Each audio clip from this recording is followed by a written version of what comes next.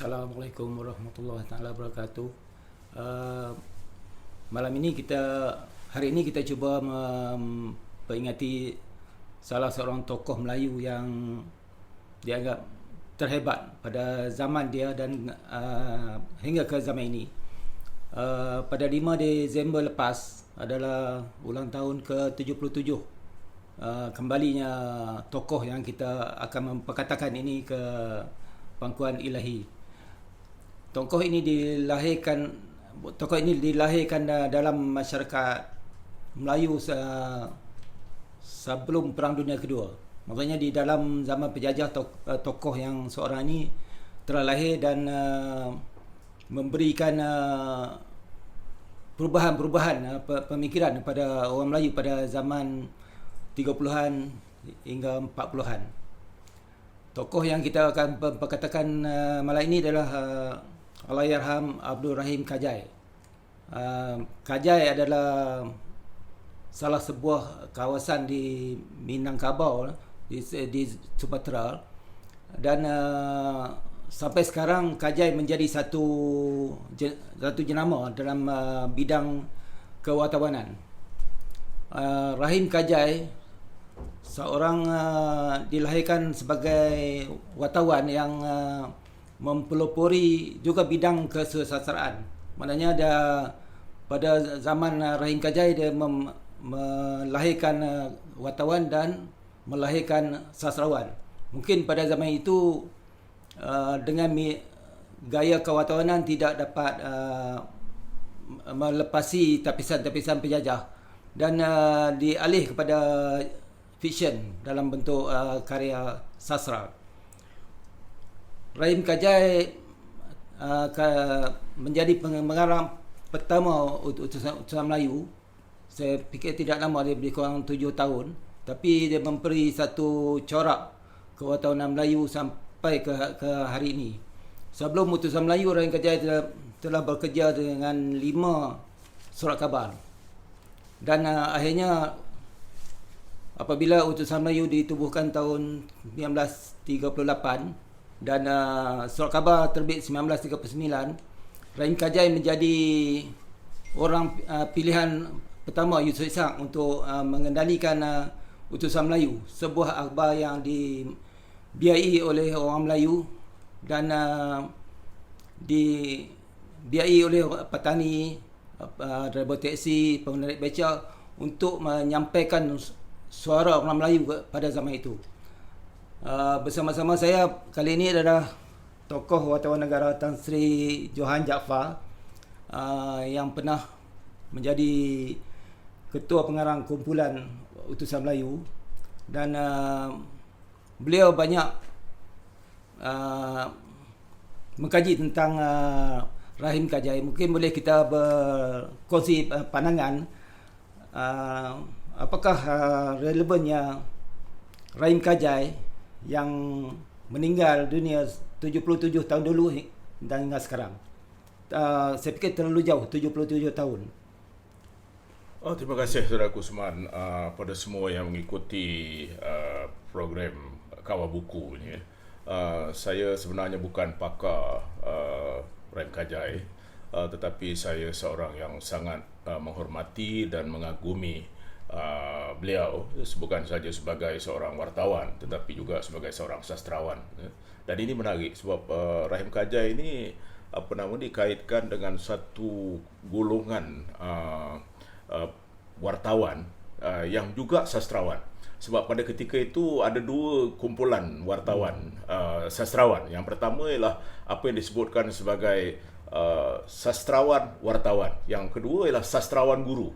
Dan sastrawan guru ni selalunya datang, kebanyakan daripada mereka datang daripada Maktab Perguruan Sultan Idris di Tanjung Malim. Ini kelompok macam Pungguk dan sebagainya.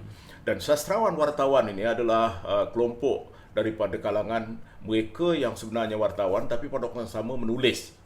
Tadi Kusman ada menyebutkan tentang kenapa wartawan dan sastrawan itu hampir-hampir menjadi satu dan sebati, menjadi satu dan sama. Salah satu daripada puncanya ialah kerana pada ketika itu orang yang nak jadi wartawan ni harus menguasai bahasa yang baik. Dan apabila mereka menjadi wartawan, mereka merasakan sekadar melaporkan berita, sekadar menyampaikan maklumat saja tidak mencukupi. Mereka kadang-kadang menggunakan sastra itu sebagai wahana untuk mereka menyampaikan mesej dengan cara yang lain. Ya. Kadang-kadang kita wartawan Kusuman pun bersama-sama dengan saya dulu, apabila kita terlalu banyak melihat ataupun mengamati apa yang berlaku di luar, kadang-kadang kita tak terdaya untuk menyampaikan hanya dalam bentuk yang laporan saja, tetapi kita cuba mencari jalan untuk menterjemahkannya ke dalam karya sastra. Ini yang dilakukan dengan berkesan oleh Rahim Kajai, dilakukan oleh secara berkesan oleh Pak Sako, ya, oleh Samad Ismail, Samad Said dan sebagainya, ya, Usman Awang, dan mereka ini adalah wartawan yang juga sastrawan. Jadi kalau kita melihat tentang relevannya Rahim Kajai, sudah tentu beliau bukan saja merupakan pengarang Utusan Melayu yang pertama. Kita harus ingat apabila Utusan Melayu, macam saudara Kusuman sebutkan tadi, incorporated Syarikat Utusan Melayu adalah tahun 38, tetapi amanah untuk mencari seorang pengarang ataupun editor pada ketika itu diserahkan kepada seorang wartawan namanya Yusof Ishak. Dan kita harus ingat Yusof Ishak ini merupakan kemudiannya menjadi Presiden Singapura yang pertama. Yang pertama apabila Singapura memisahkan diri daripada Malaysia dalam tahun 1963, Singapura menjadi republik dan Presiden Singapura yang pertama adalah Yusof Ishak. Dan Yusof Ishak ditugaskan, pertemuan tu sebenarnya berlaku di di bawah payung Kesatuan Melayu Singapura. Mereka nak pastikan lahir sebuah surat khabar yang 100% dimiliki oleh orang Melayu, dibiayai oleh orang Melayu, dikendalikan oleh orang Melayu. Dan mereka salah satu daripada usahanya ialah nak dapat modal, dan yang kedua nak cari first rate editor. Maka itu mereka kenal pasti Rahim Kajai yang pada ketika itu bekerja dengan Warta Melaya. Tapi saya tengok dari yang saya baca, Rahim Kajai dianggap sebagai Malay-centric, maksudnya memperjuangkan Melayu. Pada zaman 30-an dia cuba memperjuangkan Melayu daripada dimonopoli oleh golongan-golongan bangsawan dari Arab dan dari India. Macam mana kedudukan Rahim Kajai pada masa itu? Ya. Banyak orang mempunyai pandangan bahawa Rahim Kajai mengenengahkan fahaman Melayu yang sempit, pada ketika itu. Artinya kita harus ingat bahawa ini zaman sebelum kemerdekaan tanah Melayu, sebelum definisi Melayu diberikan dalam Perlembagaan Persekutuan Tanah Melayu tahun 1957. Dalam perlembagaan itu menyebutkan bahawa orang itu untuk menjadi Melayu mesti beragama Islam.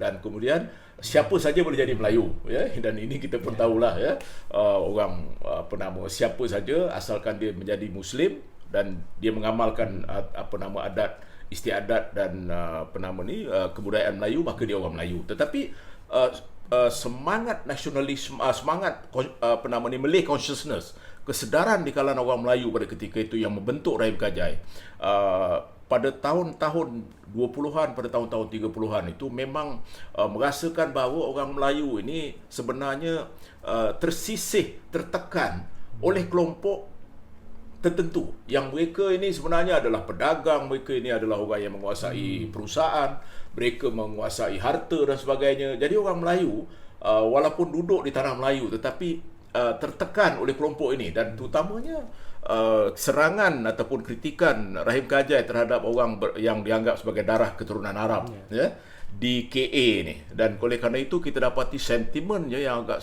kuat terhadap kumpulan ini. Dia merasakan bahawa orang ini mengaku bahawa mereka keturunan Rasulullah, bahawa mereka ini menguasai bidang perniagaan, dapat tanah yang banyak dan sebagainya. Jadi agaknya pada ketika itu situasi, dan begitu juga dia menyebutkan tentang DKK, darah keturunan Keling istilahnya. Ini pada ketika itu, yang mungkin perkataan itu sekarang ni mungkin tidak politically correct lah. Tetapi ini hakikat yang harus kita terima. Sentimen kemelayuan yang sangat kuat.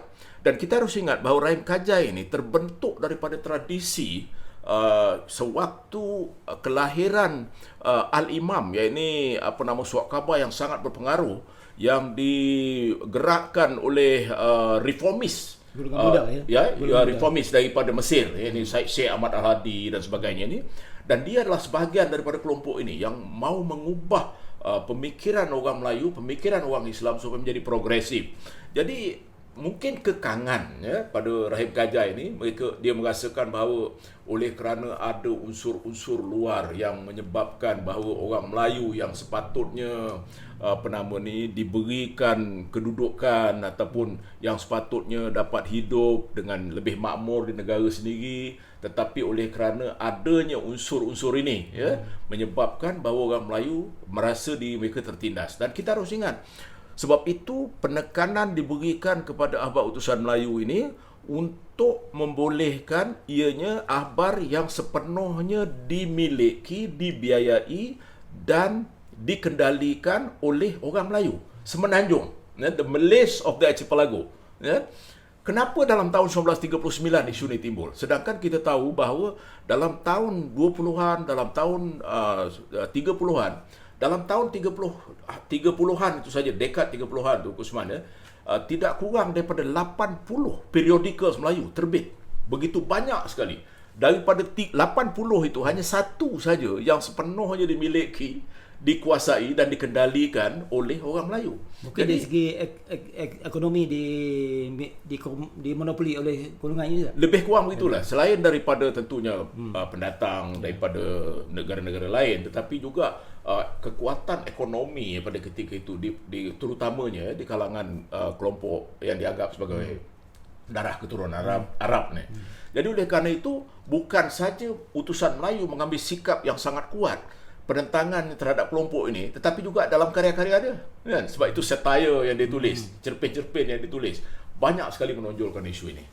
Ya, saya melihat Rahim Kajai bukan sekadar sastrawan, wartawan, tapi pemikir yang cuba memecahkan belenggu-belenggu Melayu pada zaman itu.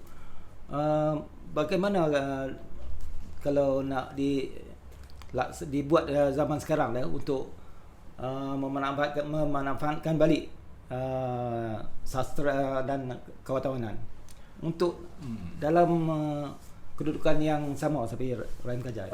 Tentu situasinya berbeza, Usman. Saya rasa bahawa untuk kita kembali kepada pemikiran seperti Rahim Kajai, mungkin sama ada tidak relevan lagi ataupun mungkin tidak berapa sesuai dalam keadaan sekarang ni. Namun demikian, kita harus ingat bahawa apakah peranan pesurat habaran pada ketika itu? Kenapakah ada keperluan untuk mewujudkan sebuah surat khabar seperti Utusan Melayu?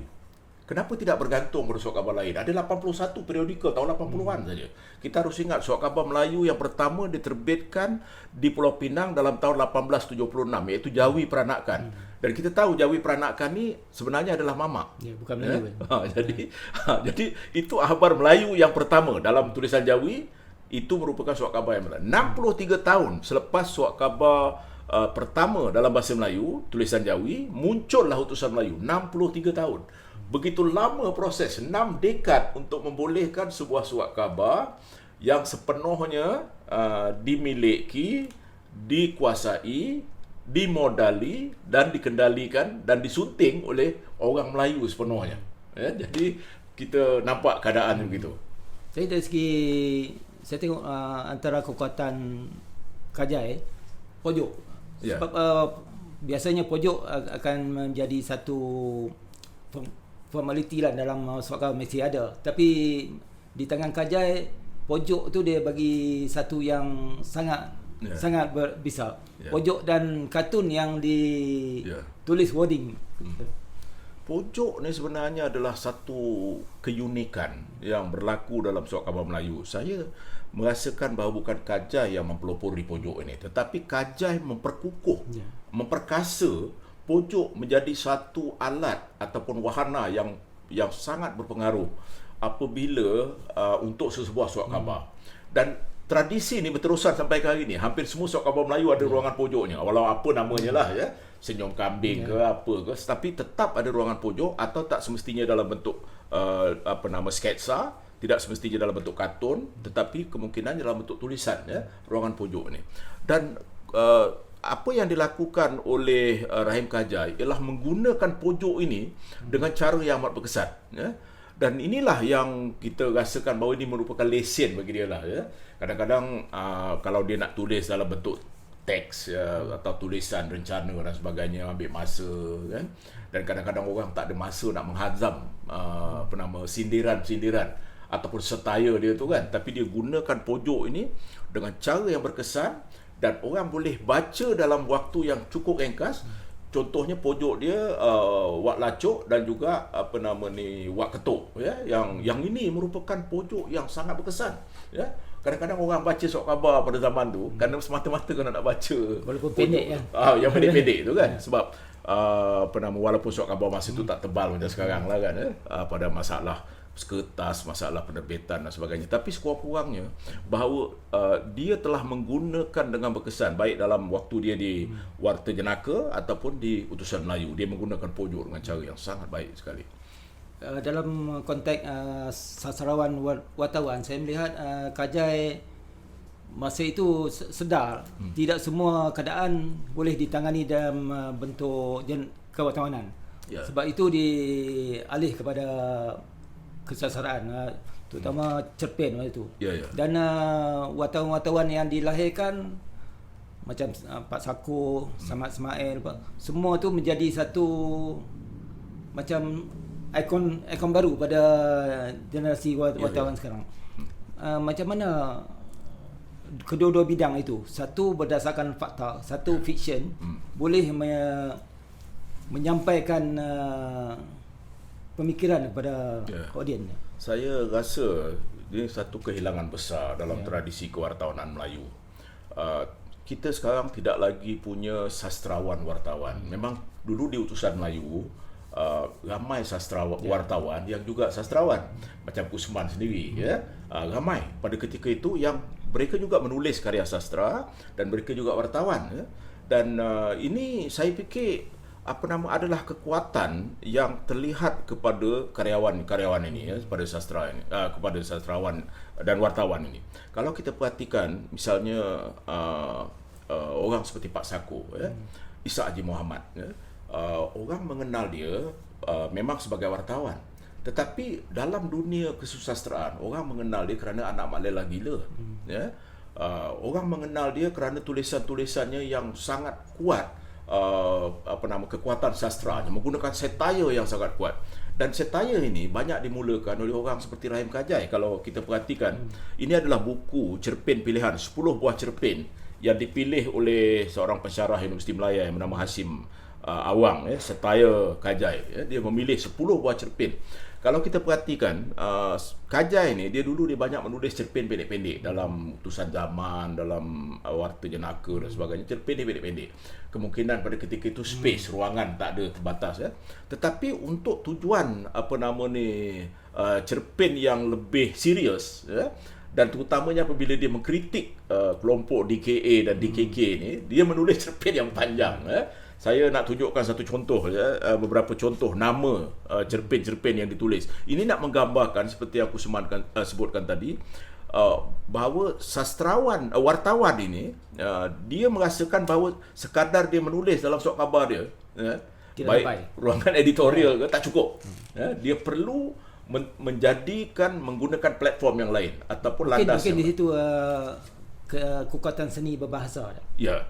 Itu memang salah satu daripada keunikan wartawan pada ketika itu, kan.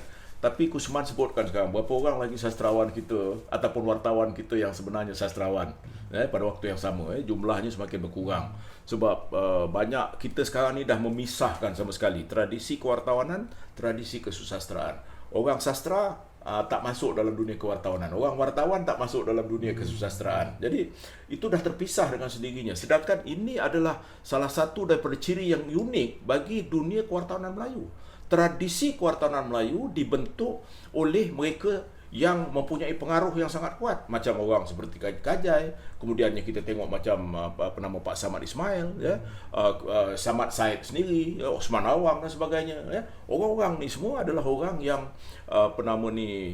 memainkan peranan bukan mereka saja, saya boleh sebutkan ramai lagi, Pak Awam El Sarkam lah dan ramai lagi ya. Semuanya ini adalah orang-orang yang sebenarnya datang daripada tradisi. Saya sebutkan tadi Satira, Setaya Kajai ini. Contoh cerpen-cerpen ni pun menarik ya. Azab Sengsara Seorang Gadis Yang Bersih.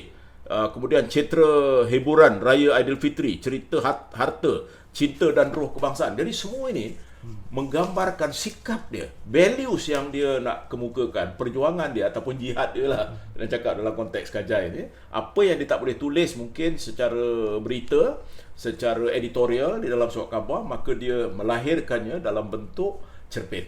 Tapi pada zaman itu sebenarnya sastra boleh menembusi masyarakat. Kalau sekarang mungkin tidak sampai. Adakah khalayak masa itu apresiasi sastra dia tinggi berbanding sekarang? Ya. Saya fikir salah satu daripada, kalau saya tengok salah satu cerpen dia, cerita Awam Buntat itu tentang ekonomi. Ya. Saya fikir ini mereka ni ialah, kita semua tahu bahawa wartawan ni jack of all trade and a master of none.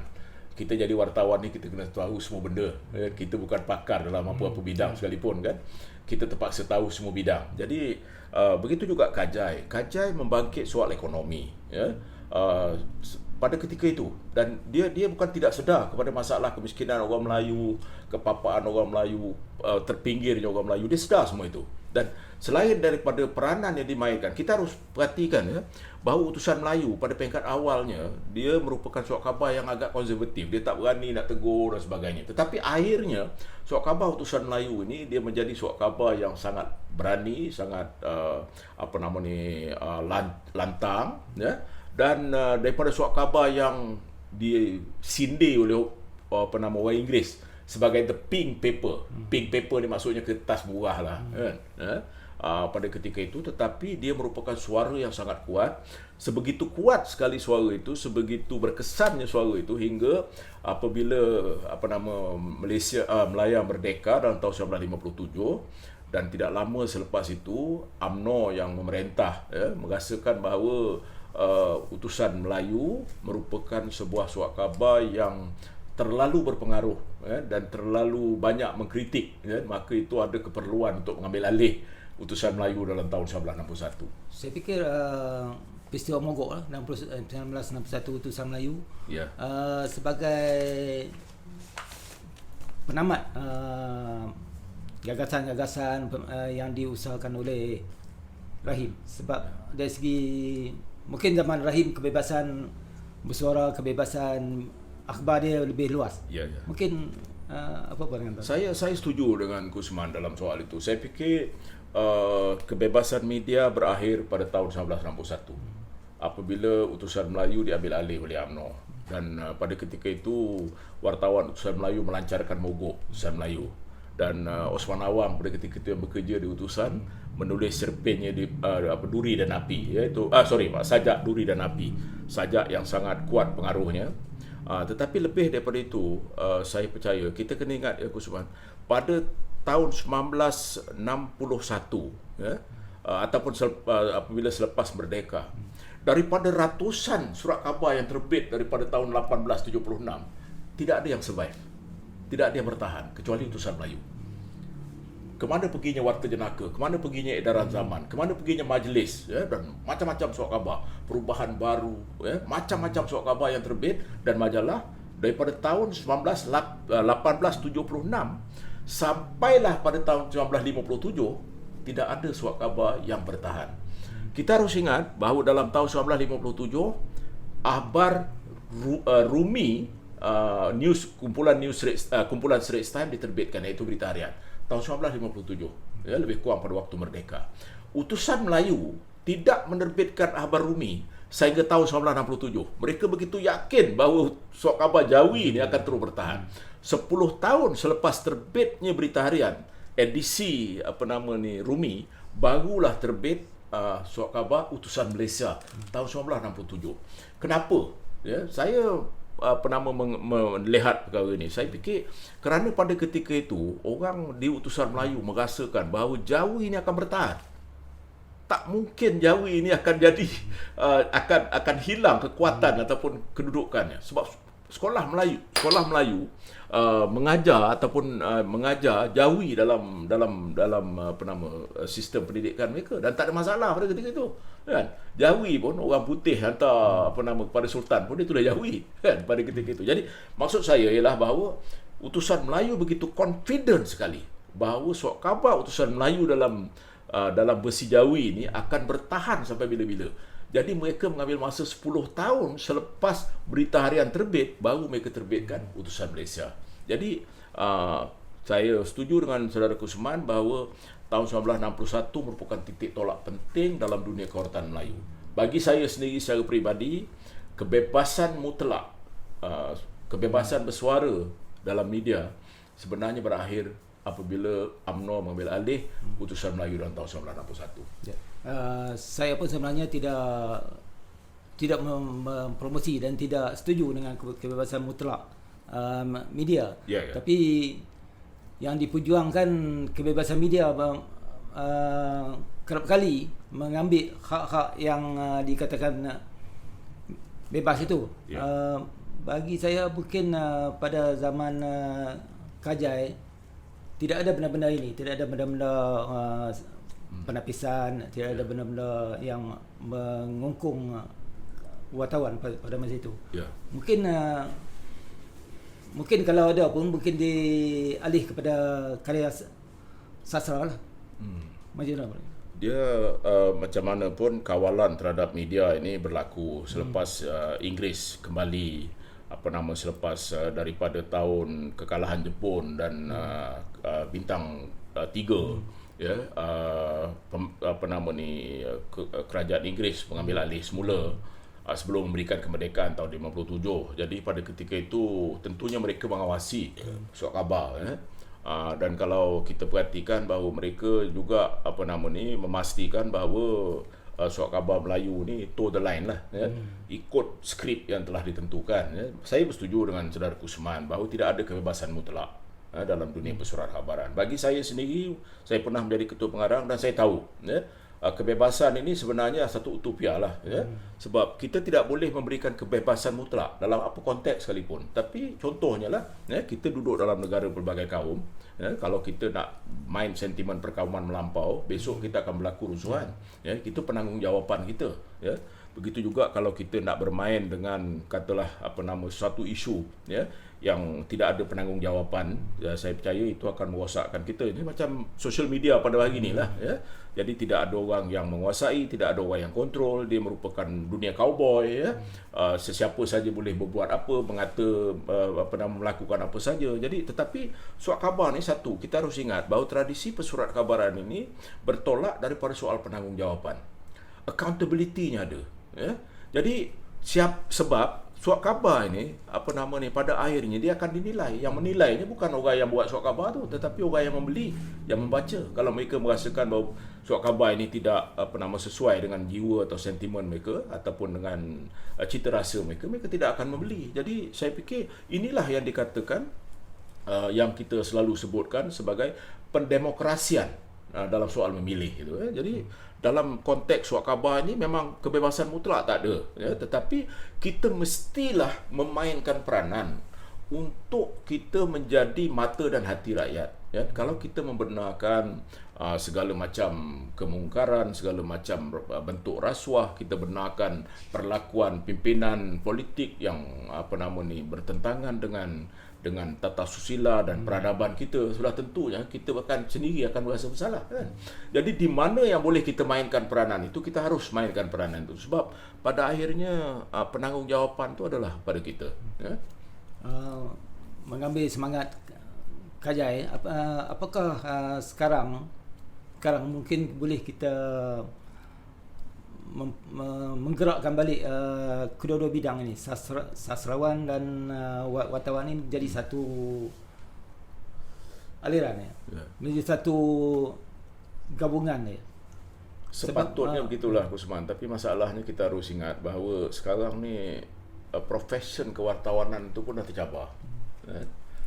Sekarang ni backpack journalism, citizen journalism, jadi senang cakap teori pembelajaran kewartawanan di institusi pengajian tinggi pun kena review balik. Sebab itu saya pernah cadangkan supaya dia reboot balik, tengok apa sebenarnya yang berlaku. Sebab apa yang kita pelajari di sekolah kewartawanan dulu mungkin sekarang dah tak relevan. Sebab industri itu dah berubah, dinamisme masyarakat dah berubah. Berapa ramai orang baca surat khabar sekarang ni berbanding dengan dulu. Mungkin Kusman dengan saya mungkin masih baca surat khabar dalam bentuk tradisional lah, tapi anak-anak kita mungkin dah tak baca lagi surat khabar, kan? Jadi perubahan itu. Yang kedua, bahawa sastra, bagi saya, sebab itu saya selalu orang tu banyak bercakap tentang peranan yang harus dimainkan oleh sastra dalam masyarakat. Apa sebenarnya masalah kita di Malaysia ini? Kita boleh dirikan bangunan paling tinggi di dunia, kita boleh ubah kita punya skyline, kita boleh menjadi negara industri yang hebat, kita boleh menjadi negara perdagangan yang ke-20, yang ke-15 rasanya dalam dunia ini. Kita boleh lakukan semua itu. Tetapi hati budi, values, nilai, di mana dunia di mana dunia sastra, di mana seni dan budaya, di mana karya-karya besar kita. Yang ini semua yang selalu menjadi masalah kepada saya. Saya pernah menulis tentang berakhirnya atau matinya novel-novel Melayu. Orang marah dekat saya, terutama kalangan orang muda mengatakan bahawa saya ni dinosaur dalam dunia, tak faham aspirasi kelompok baru. Tetapi bagi saya, dia kena bezakan di antara karya besar yang disebut sebagai canon dengan karya murahan ataupun picisan. Ini kita kena bezakan yang itu. Kita tak boleh samakan semua dalam konteks itu. Satu lagi saya tengok, saya berpeluang membaca cerpen-cerpen Kajai. Saya tengok penyampaian dia mudah dan tidak mudahlah, maksudnya mudah sampai kepada semua lapisan masyarakat.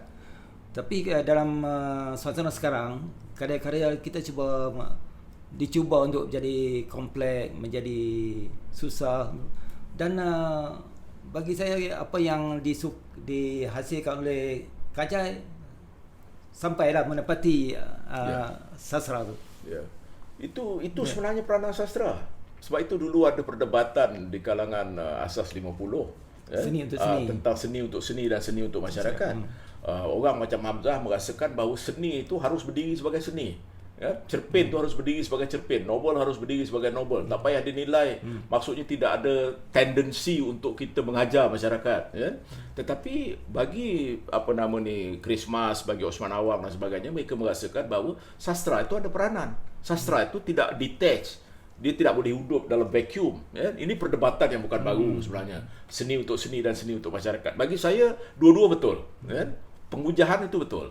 Tetapi macam Kusman sebutkan bahawa Kajai ni betul, dia menggunakan bahasanya, kadang-kadang bahasanya klasik, tetapi mesejnya sampai, baik cerpen yang pendek atau cerpen yang lebih panjang, mesejnya sampai. Itu yang penting.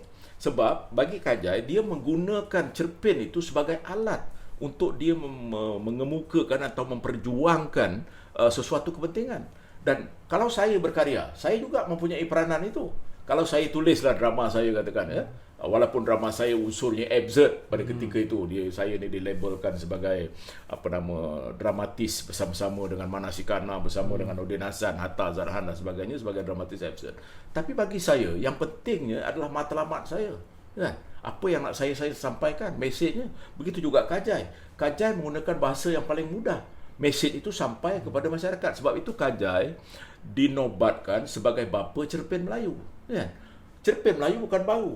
Cerpen Melayu dah bermula dalam tahun 1930-an, 20-an lagi. Seperti juga novel Melayu bermula dalam tahun 1925 apabila Hikayat Faridah Hanum diterbitkan, dikaryang oleh Syed Sheikh Ahmad Al-Hadi, yang juga merupakan tokoh kaum muda. Kenapakah seorang reformis Islam yang terdidik di Azhar, yang mengetuai majalah penerbitan yang namanya Al-Imam, tetapi masih menggunakan novel sebagai alat untuk dia menyampaikan mesejnya, iaitu Hikayat Faridah Hanum yang terbit dalam tahun 1925. Sekarang ni kalau kita tengok dalam dengan ledakan media sosial, dengan ledakan teknologi, adakah boleh kita katakan Kajai ini dah tak relevan? Apa yang digerakkan, yang dicetuskan oleh Kajai 77 tahun dulu tidak relevan? Saya melihat beginilah, saya melihat Kajai ini dalam banyak konteks. Ya. Kita melihat pemikiran dia, mungkin pemikiran dia tentang Melayu yang itu mungkin tak sesuai pada masa ini. Ya. Sebab kalau kita perhatikan bahawa Melayu ni definisinya dah amat luas ya kemungkinannya. Tetapi kita jangan salahkan dia kerana itu eranya. Pada ketika itu begitulah keadaannya, tuntutannya begitu ya, demand masyarakat atau tuntutan masyarakat begitu. Tetapi kita jangan lupa satu ya Kusman, bahawa orang seperti Kajai dia menggerakkan pemikiran. Dia mahukan orang Melayu memakai thinking cap, berfikir. Dia mahukan supaya tulisan-tulisan dia mahukan utusan Malaysia, utusan Melayu yang dipimpin ketika itu bukan saja menjadi wadah orang Melayu, suara orang Melayu, ya, tetapi juga untuk mengubah mindset orang Melayu, minda Melayu. Walaupun kita rasakan bahawa dia kadang-kadang ekstrim dalam pemikiran yang mengenai kemelayuan dia, tetapi kita harus ingat pada ketika itu hal itu ada kepentingannya. Jadi saya fikir sampai bila pun kalau kita secara jujur mengkaji Kajai ini, dia akan tetap relevan dalam dunia kewartawanan. Sebab itu kita beri penghormatan tertinggi kepada Kajai. Karya-karya yang terbaik dalam dunia kewartawanan kita namakan dia hadiah Kajai ya. Sebab kita percaya bahawa Kajai ini dia memulakan tradisi itu, pemikiran itu. Bukan maksudnya orang lain tidak buat, tetapi Kajai dalam dunia kewartawanan bila dia duduk memegang utusan Melayu pada ketika itu, dia ada kos ya, ada kata orang putih ada kos, tetap kita katakan ada matlamat ya, ada nawaitunya yang hendak diperjuangkan. Tadi saya tadi sebut yang pencetus pemikiran rakyat dengan masyarakat.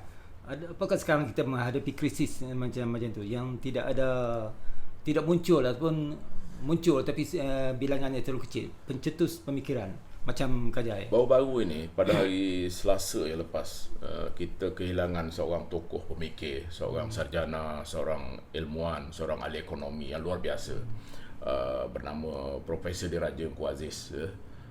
Engku Aziz ni begitulah, bahawa beliau adalah kontrarian. Dia berfikir di luar kotak lah nak cakap ya.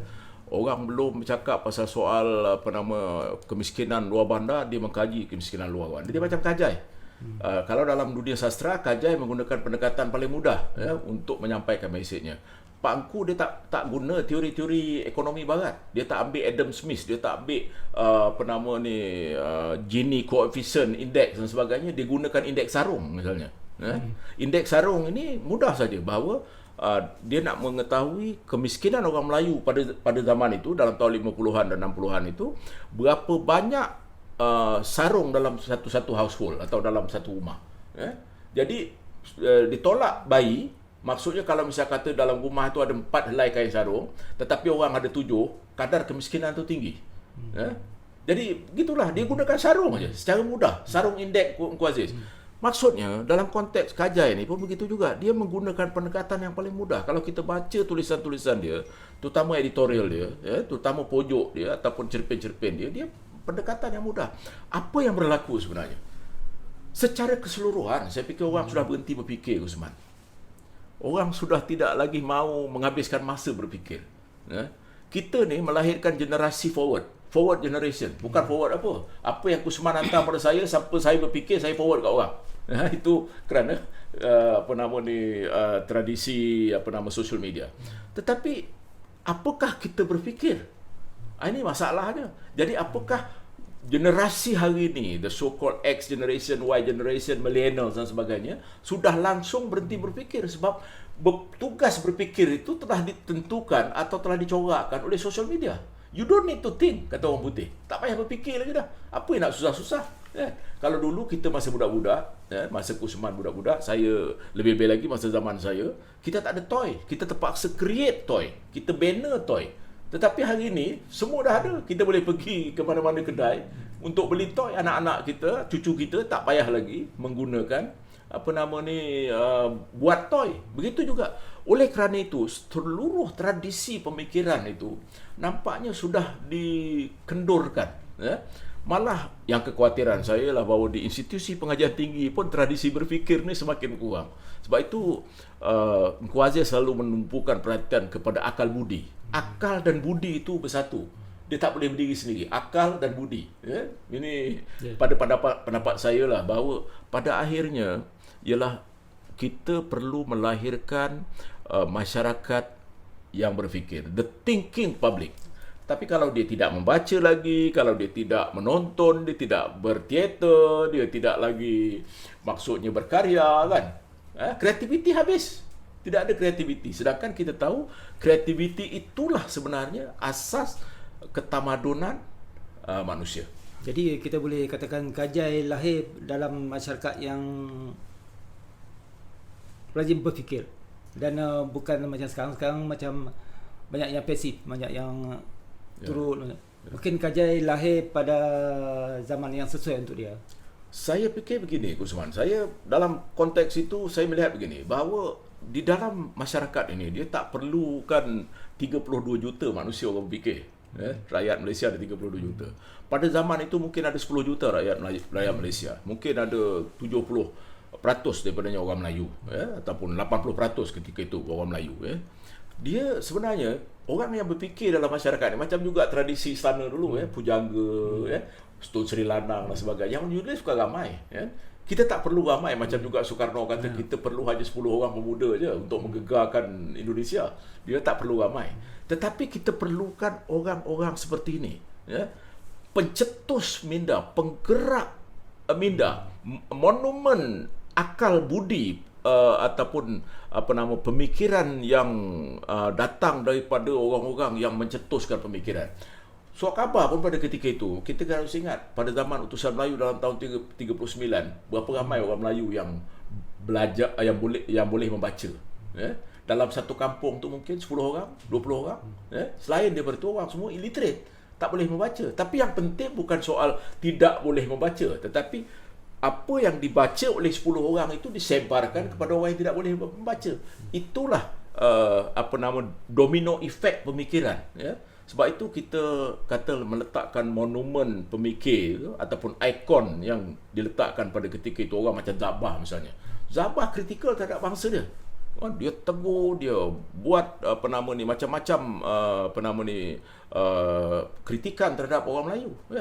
Begitu juga dulu masa kita belajar tentang Abdullah Munshi. Abdullah Munshi pergi ke mana-mana, dia buat teguran yang sangat pedas terhadap orang Melayu. Kita marah Abdullah Munshi. Dia menghina orang Melayu, memburukkan orang Melayu.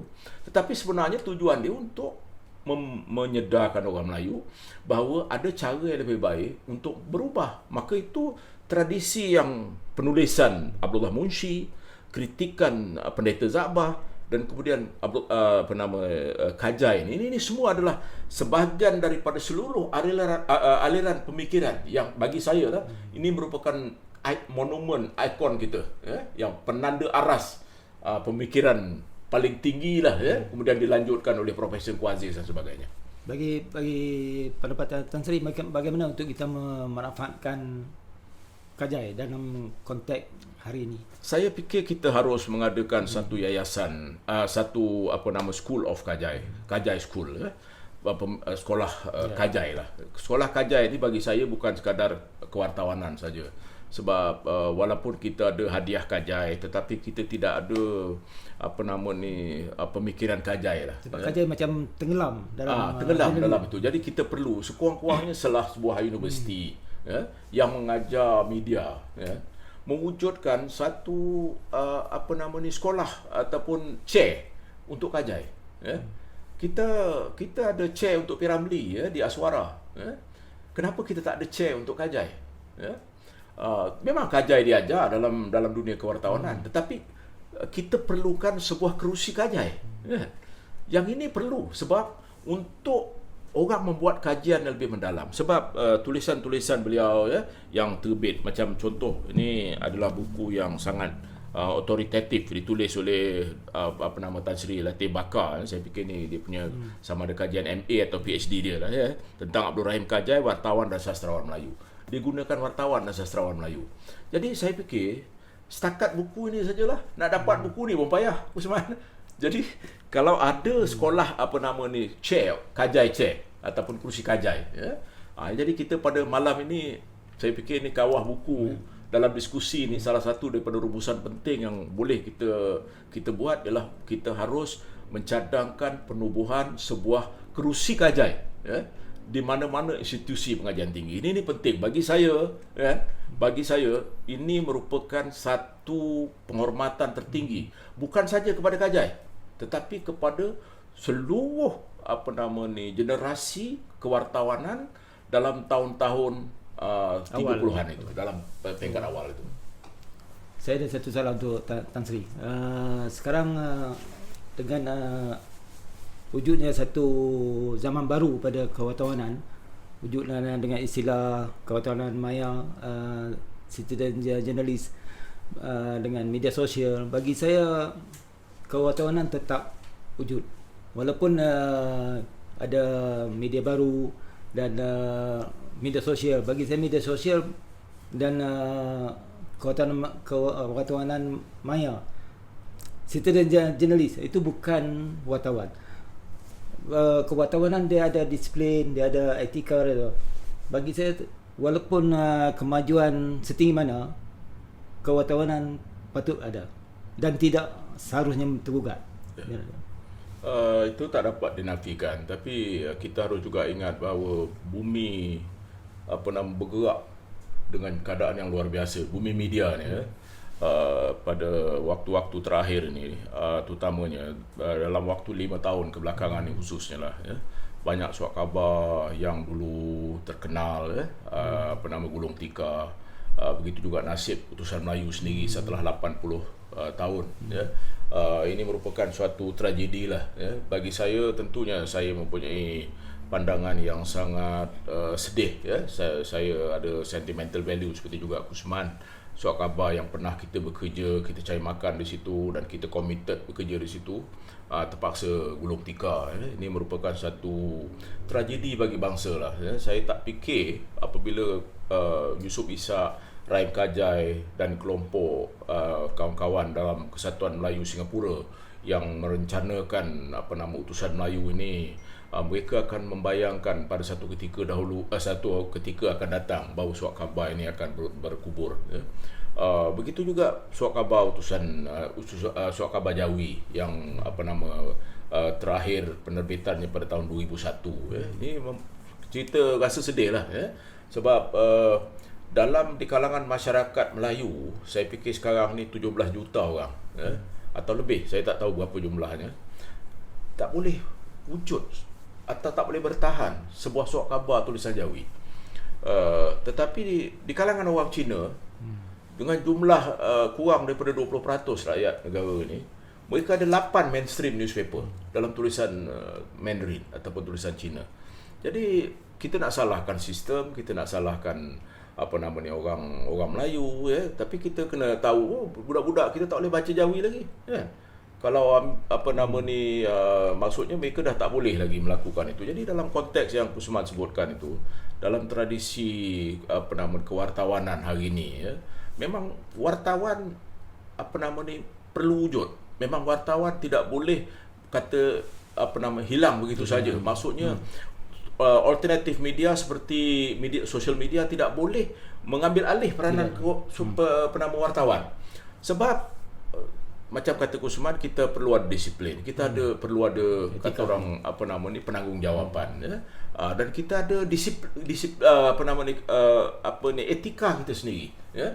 Bukan maksudnya sebab itu wujud perkataan seperti fake news dan sebagainya, ya. Pada hari ini setiap apa yang kita terima dalam telefon pintar kita ni, kita persoalkan betul atau tidak, ya. Kalau dulu kita tahu, surat khabar atau sebagainya itu soal selan politik dan sebagainya, itu soal lain, ya. Tetapi soal betul atau tidak fakta yang kita dapat itu boleh kita pertahankan. Jadi bagaimanakah misalnya kita nak mengekalkan tradisi kewartawanan itu, ya, dalam konteks hari ini, ya. Sedangkan kita tahu syarikat media semakin lama semakin ramai hilang pekerjaan, ya. Saya fikir dalam masa 5 tahun kebelakangan ini tidak kurang daripada 4,000 orang yang hilang pekerjaan dalam dunia media, dalam syarikat-syarikat media dan sebagainya. Jadi ini adalah sesuatu yang sangat menyedihkan kita lah. Tapi kata orang tu realitinya ialah bahawa orang tidak lagi membaca surat khabar. Bila orang tak baca surat khabar, orang tak beli surat khabar. Bila orang tak beli surat khabar, dengan sendirinya jumlah pembaca itu menurun. Bila jumlah pembaca menurun, eyeball yang diharapkan oleh pengiklan itu akan terjejas. Dan apabila itu berlaku, maka pengiklan tidak masuk. Apabila pengiklan tidak masuk, surat khabar tidak boleh bertahan hanya dengan jualan di pasaran. Ini jadi masalah. Tetapi kita juga harus ingat bahawa monopoli syarikat media seperti misalnya Facebook dan sebagainya, ini yang sebenarnya YouTube dan sebagainya, ini yang menarik iklan daripada pesurat khabaran. Tetapi kata orang, having said that, kita harus ingat begini. Kenapa misalnya di UK surat khabar masih bertahan? Kenapa di Amerika Syarikat surat khabar masih bertahan? Orang masih bergantung pada surat khabar. Kenapa di Jepun Asahi Shimbun, Yomiuri Shimbun masih bertahan? Kenapa kita tidak dengar surat khabar secara menyeluruh ditutup di tempat-tempat ini? Besar kemungkinan ini ada kaitannya dengan kedudukan negara itu. Advanced country ni dia sudah boleh, kata orang tu, dia boleh menampung hal-hal seperti ini. Orang masih membaca. Begitu juga orang kata orang tak baca buku lagi sekarang. Saya nak mempersoalkan kenyataan itu. Sebab buku masih diterbitkan. Setiap 30 saat sebuah judul buku diterbitkan di dunia ini. Dalam satu tahun ada 1 juta buku. Kecuali di Malaysia. Judul buku di Malaysia tak tahulah. Saya fikir sekarang ni kalau kita dapat 8,000 title pun dah nasib baik lah kan. Kalau dulu kita boleh bercakap lebih kurang dalam 27-28,000. Sekarang ni jumlahnya makin lama makin kurang. Tapi apa yang nak saya sebutkan tadi, seperti juga bahawa buku tidak tidak mati. Industri buku tidak mati kerana 24 jam, TV 24 jam. Dia tidak mati kerana Netflix, dia tidak mati kerana asakan daripada IPTV dan sebagainya. Kita nak supaya dunia kewartawan ini juga tidak mati kerana ancaman sosial media. Macam mana kita nak pertahankan hal itu? Jadi makin lama makin banyak surat khabar yang memberhentikan penerbitan fizikalnya dan pergi online. Sebenarnya dia tidak menyelamatkan surat khabar itu. Saya fikir apa yang berlaku sekarang adalah tragedi orang Melayu. Sebab kita tengok surat khabar Cina lebih dari 10 masih survive. Betul. Kenapa surat khabar bahasa Melayu sekarang tinggal 3? Kenapa tinggal 3 pun masih nyawa ikan? Kenapa di mana audien surat khabar Cina yang dapat support 10? Itu dalam tulisan Cina. Dan tulisan Jawi tu hilang. Saya fikir tragedi orang Melayu. Mungkin masa tu kita perlu lahirkan kajian kedua. saya ada satu kajian, ini tidak konklusif lah kajiannya. Lebih banyak orang Melayu membaca Akhbar The Star daripada membaca Akhbar Melayu sekarang ni.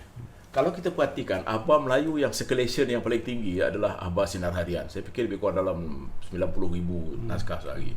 Yang lain tu semua di bawah 50. Utusan yang baru terbit ni pun saya tak tahu jumlahnya, tapi saya fikir kurang daripada 20,000. Tetapi kita kena ingat bahawa Akhbar Star sekarang ni edarannya 150,000. Kalau 150,000, artinya separuh daripada pembaca Star itu adalah orang Melayu. Separuh bukan Melayu. Sekarang ni. Kalau begitu keadaannya, artinya 70,000 orang Melayu membaca Star. Kita tolak Sinar yang edarannya adalah khusus Melayu, dan itu ada lebih kurang 90,000 edarannya tentang berita harian, utusan, Kosmo dan sebagainya. Masih kecil. Artinya lebih banyak orang membaca Star daripada membaca utusan, daripada membaca berita harian, daripada membaca Kosmo. Kenapa? Ini soalan yang harus kita tanyakan. Kusman kata ini tragedi pemikiran Melayu lah. Bagi saya, ini ada kaitannya dengan bahasa itu sendiri. Sebab itu saya selalu mengatakan, selagi bahasa Melayu itu tidak dijadikan bahasa komersial, tidak diletakkan tarafnya sebagai betul-betul bahasa kebangsaan, selagi itulah kita ada masalah. Sebab kita sekarang ni tak ada keperluan bahasa Melayu. Tapi kita dah 63 tahun merdeka, takkan dia nak tunggu 63 tahun lagi. Ya. Kusman, ginilah ya. Orang boleh hidup di Malaysia ni tanpa faham satu perkataan Melayu pun. You boleh survive di Malaysia tanpa mengetahui satu perkataan Melayu pun. Ya. Orang yang datang ke Malaysia ni, diplomat yang datang ke Malaysia, duduk di sini selama 5 tahun, tak boleh cakap Melayu. Setiap orang yang jumpa dia, baik dia orang Melayu, orang Cina, orang India, dia akan cakap dalam bahasa Inggeris. Tetapi kalau dia pergi ke Indonesia, dalam masa 3 tahun dia boleh cakap bahasa Indonesia. Dulu ada seorang kawan saya, duta daripada Rusia. Dia duduk di Indonesia selama 3 tahun. Dia duduk di Malaysia selama 3 tahun. Dia duduk di Indonesia, dia bercakap dalam bahasa Indonesia yang fasih. Dia sampai ke Malaysia 3 tahun, habis semua bahasa Indonesia dia. Sebab tak ada orang cakap bahasa Malaysia dengan dia. Jadi kadang-kadang apa masalah sebenarnya? Saya tak tahulah ya. Kita tak tahu. Sebab itu saya kata, selagi bahasa Malaysia ini tidak dijadikan bahasa resmi yang sebenarnya. Memang bahasa resmi tapi on paper kan. Tapi dalam daripada katalah 100 buah syarikat besar bursa saham yang tersenarai di bursa Malaysia pada hari ini ya. Berapa syarikat yang mengendalikan mesyuaratnya dalam bahasa Melayu? Kosong. Tak ada. Tidak ada satu pun. Berapa banyak syarikat yang tak disenaraikan yang prospektusnya dalam bahasa Melayu? Dulu ada, sekarang tak perlu. Jadi mungkin ini political will, Kusman. Ini sebenarnya political will. Kalau misal kata ini peranan yang patut dimainkan oleh Dewan Bahasa lah. Itu dalam politiknya lah. Ini political will.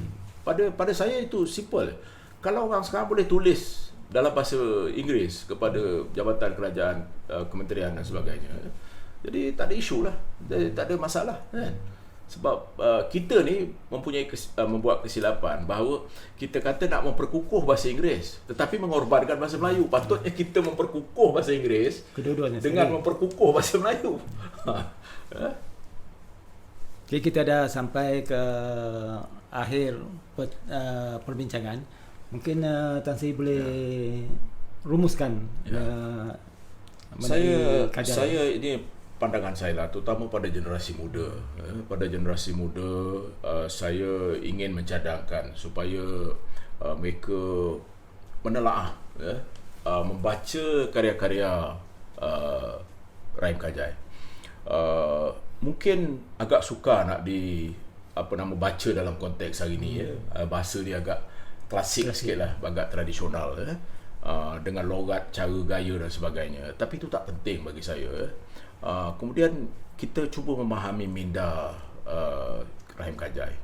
Apa sebenarnya yang mendorong Rahim Kajai untuk bertindak ataupun berfikiran seperti itu? Apakah yang menjadi landas utusan Melayu pada peringkat awal itu untuk dia menjadi suara bicara sebenar? Sebab itu kita menobatkan perkataan suara keramat orang Melayu, utusan Melayu ni. Sebab utusan Melayu reflect minda Melayu. Utusan Melayu ni memancarkan sikap kita, world view kita, pandang dunia kita. Dia memancarkan psyche kita. Tetapi bila kita membuat keputusan untuk katalah memberikan kekuatan kepada bahasa Melayu, salah satu daripada alat yang paling penting ialah melalui persurat habaran, baik majalah ataupun surat khabar. Di mana lagi yang kita boleh gunakan bahasa untuk kita angkat darjatnya kalau tidak dalam surat khabar? Tapi kadang-kadang hari ni pun bahasa dalam surat khabar pun kacau bilau juga, Kusman. Kalau kita baca majalah dan sebagainya pun kadang-kadang haru biru juga dibuatnya kan. Jadi orang dah tak hormat langsung pada bahasa. Itu sebab saya selalu tegur kalau misalnya di filem Inggeris, Brad Pitt dia tak pernah cakap dalam bahasa Inggeris yang salah ataupun grammarnya salah. Tapi kalau kita tengok filem Melayu, drama Melayu, dia bercakap dalam bahasa yang paling rendah sekali. Kita bercakap dengan pembantu rumah daripada Indonesia, apa kamu sudah makan? Kita pindah kepada anak kita, kita tanya, engkau dah makan? Kenapa dia dengan pembantu rumah dari Indonesia kita formal, dengan anak kita tidak formal? Jadi ini semua adalah masalah. Jadi dengan sendirinya kita merasakan macam itu juga. Saya katakan ini adalah virus Cengkareng. Cengkareng ni bandara Soekarno-Hatta, lapangan terbang Indonesia di Jakarta. Kita turun saja daripada kapal terbang, nampak orang Indonesia pertama, kita cakap gaya Indonesia. Apakah kerana bahasa Melayu kita inferior dengan mereka? Ya. Ataupun kita dengan pembantu rumah pun kita kalah. Kita terpaksa formal dengan dia. Sedangkan sepatutnya kita terpaksa formal dengan dia. Ini orang kata mungkin kita ni dinosaur lah kan. Era dia dah berubah. Ya, kita buat drama mesti ikut apa yang orang cakap. Ya. Kalau dekat cakap dulu bahasa apa kata orang tu, bahasa pasar, maka dalam drama pun kita buat bahasa pasar. Dengan segala kesalahan nahu, dengan segala grammatical error. Adakah pelakon Amerika pernah bercakap dalam bahasa Inggeris yang salah? Cuba kita tanya diri kita. Filem Indonesia kenapa menarik perhatian kita? Bahasanya, antara lain. Sinetronnya, kerana bahasanya. Bukan dia tak cakap bahasa pasar, tapi bahasa pasar. Ini sebab Kajai memberikan dignity pada bahasa Melayu. Dia mengangkat taraf bahasa Melayu. Begitu juga sastrawan kita macam Osman Awang. Ya? Dia mengangkat darjat bahasa Melayu. Jadi ini tugas kita. Bagi generasi muda, saya percaya pengajaran yang penting daripada Kajai ini adalah untuk kita menilai semula diri kita. Siapa kita sebenarnya? Ya? Bukan untuk menjadi Kajai dalam konteks yang agak ekstrim dalam soal penilaian bangsa dia. Tetapi kita cuba melihat di manakah kekuatan dan kelebihan kita dan di manakah kelemahan kita sebagai bangsa. Supaya ini untuk kita gunakan sebagai kekuatan kita untuk bersaing dengan orang lain. Bukan kita nak lawan orang lain. Bukan kita nak menafikan kehadiran orang lain. Kita memberikan confidence kepada diri kita. Kan? Kalau kita sendiri tidak ada confidence pada bahasa kita, kan? Macam mana kita nak cakap bahasa jurubangsa? Terima kasih, Usman. Terima kasih Tan Sri Johan terhadap mencungkil dan mengangkat balik pemikiran pemikir Melayu Rahim Kajai. Apa yang diperkatakan tadi adalah satu flashback atau satu imbas semula apa yang berlaku 77 tahun dulu, zaman kegemilangan Ahbab berbahasa Melayu memainkan peranan sebagai suara suara menyedarkan semangat kebangsaan orang Melayu pada zaman perang dan zaman sebelum merdeka. Kajai telah melahirkan generasi-generasi wartawan sastrawan yang berkesinambungan sehingga selepas merdeka. Tapi hari ini macam sudah terputus pertalian generasi hari ini dengan Kajai. Mungkin pihak-pihak tertentu boleh melihat balik apa yang diperkatakan oleh Tan Sri tadi tentang cadangan wujudkan pusat pemikiran ataupun sekolah pemikiran Kajai. Setakat ini terima kasih dan Assalamualaikum.